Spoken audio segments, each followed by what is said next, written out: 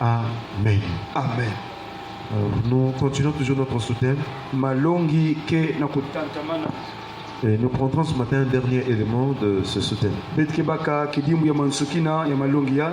Et ce soutien est intitulé Les dires et les déclarations de l'ennemi. Babetuba nzonzolo pen bankano ya imbi ya satana.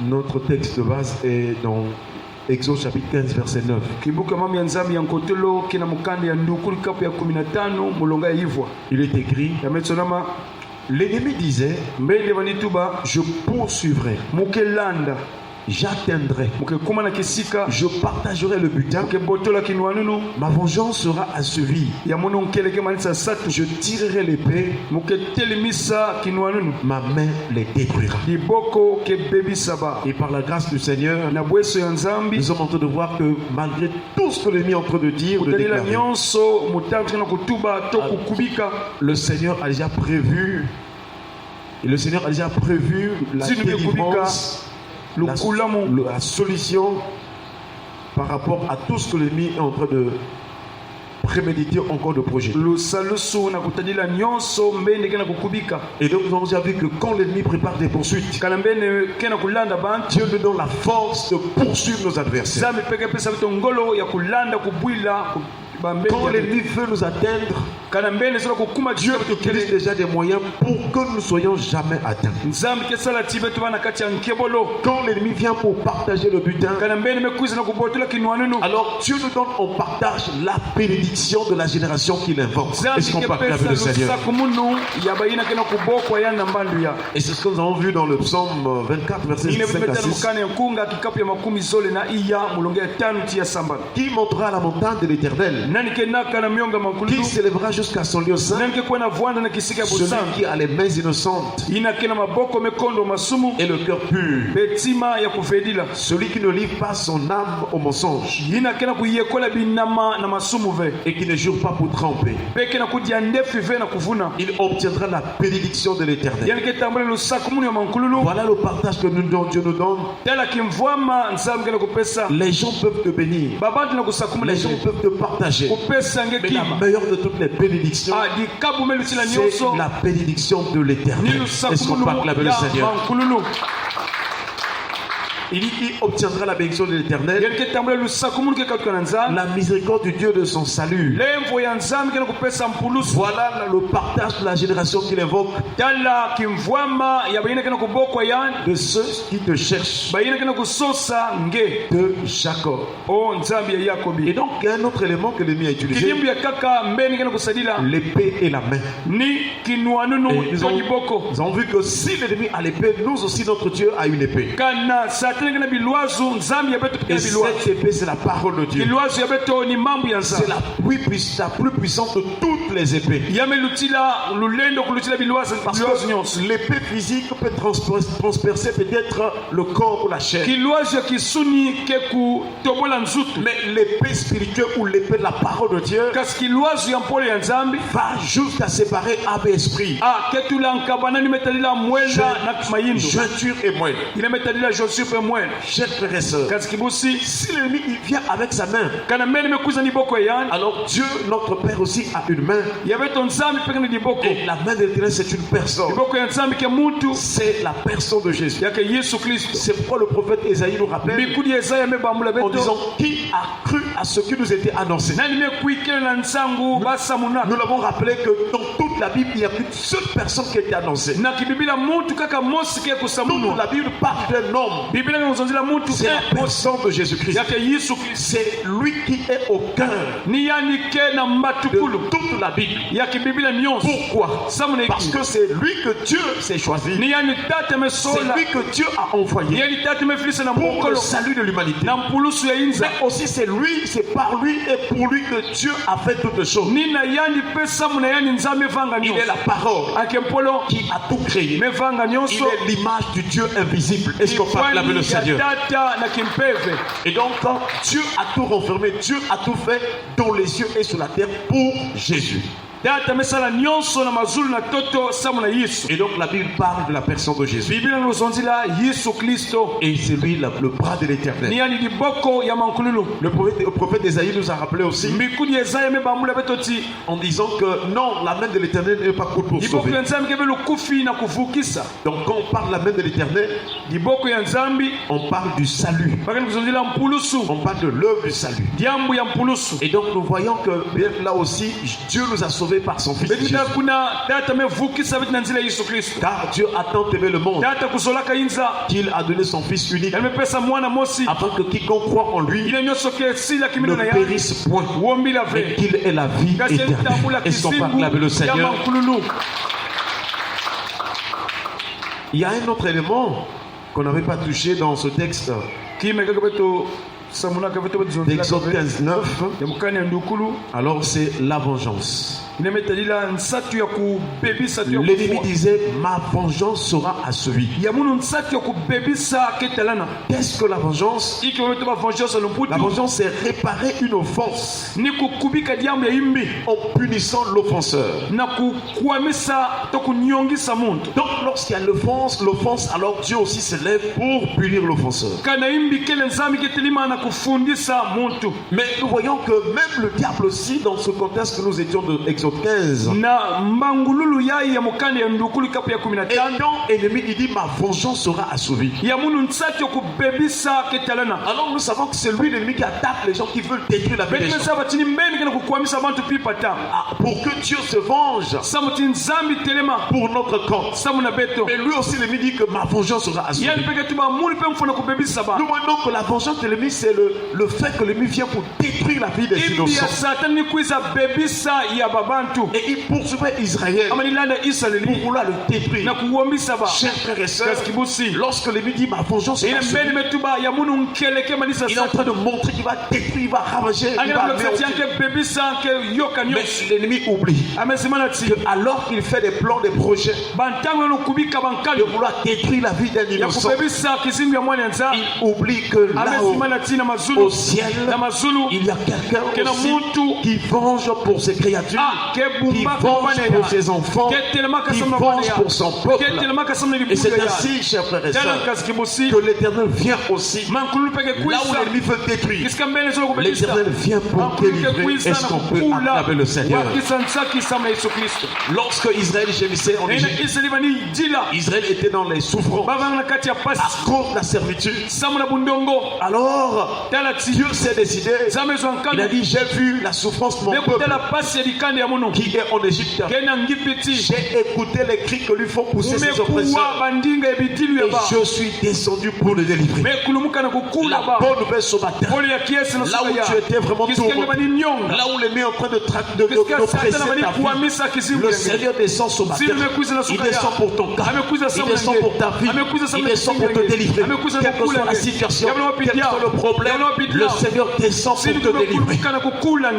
Auprès de l'Éternel se trouve la délivrance en abondance. Je ne sais pas ce que tu traverses. La bonne nouvelle ce matin, Dieu est le Dieu de délivrance. Même si tout le monde t'a rejeté, tu es devenu seul. Tu ne sais pas où tu vas trouver le secours.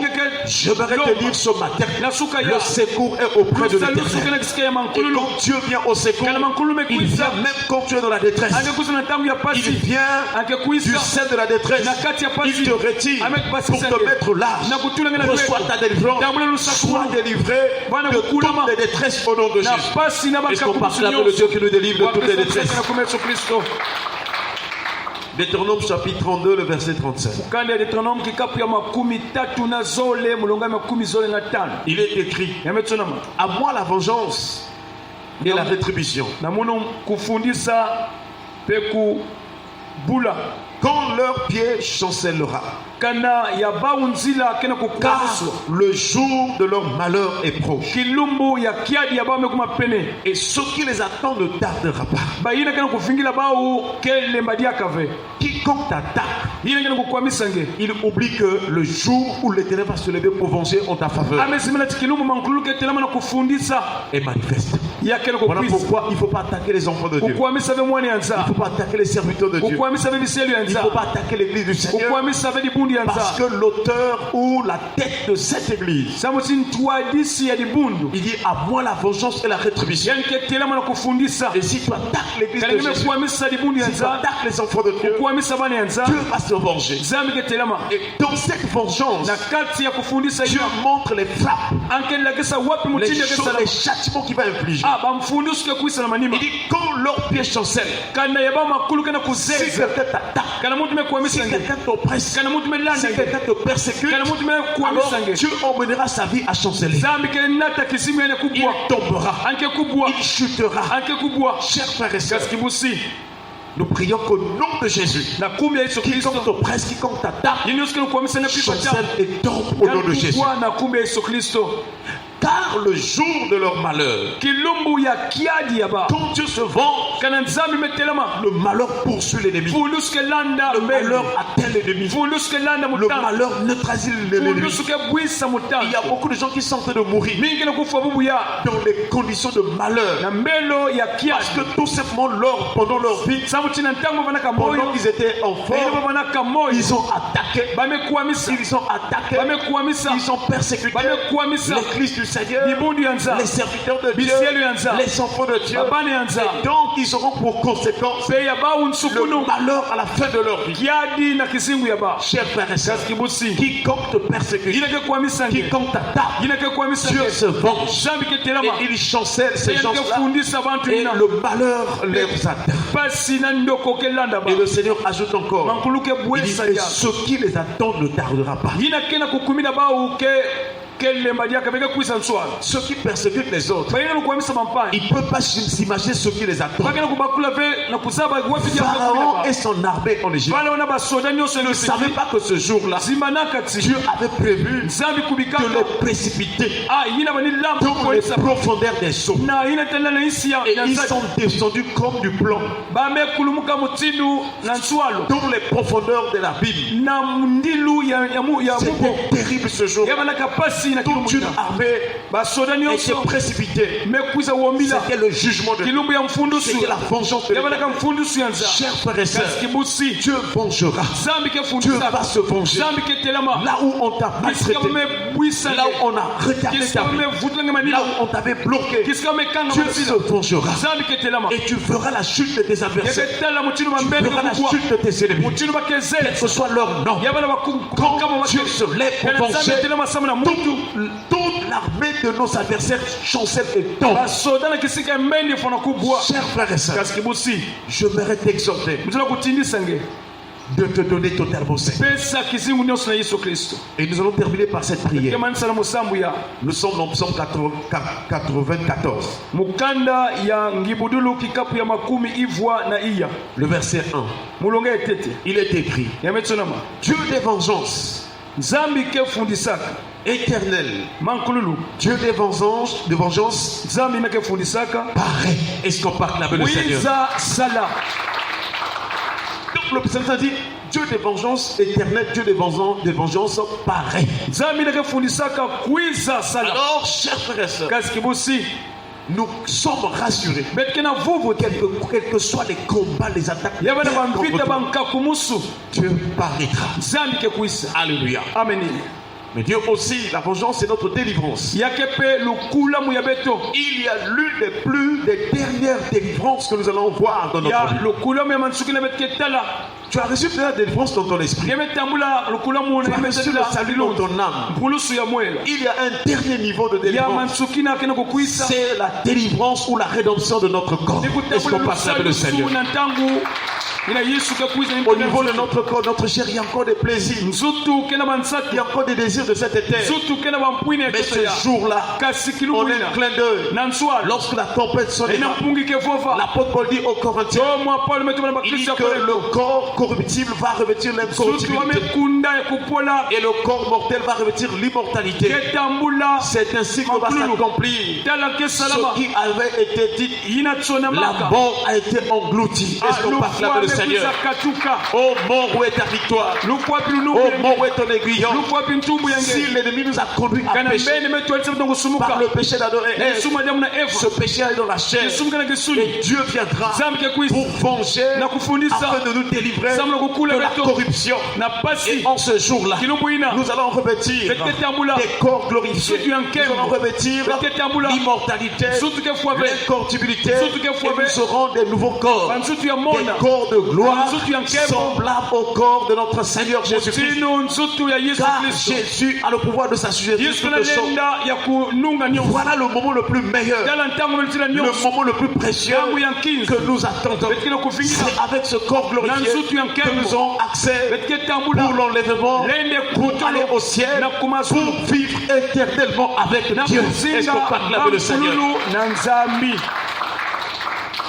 Tous les jours de notre vie, nous devons aspirer à cette gloire. C'est ce que Paul disait. Lorsque Christ, votre vie, paraîtra, alors vous aussi vous paraîtrez avec lui dans la gloire.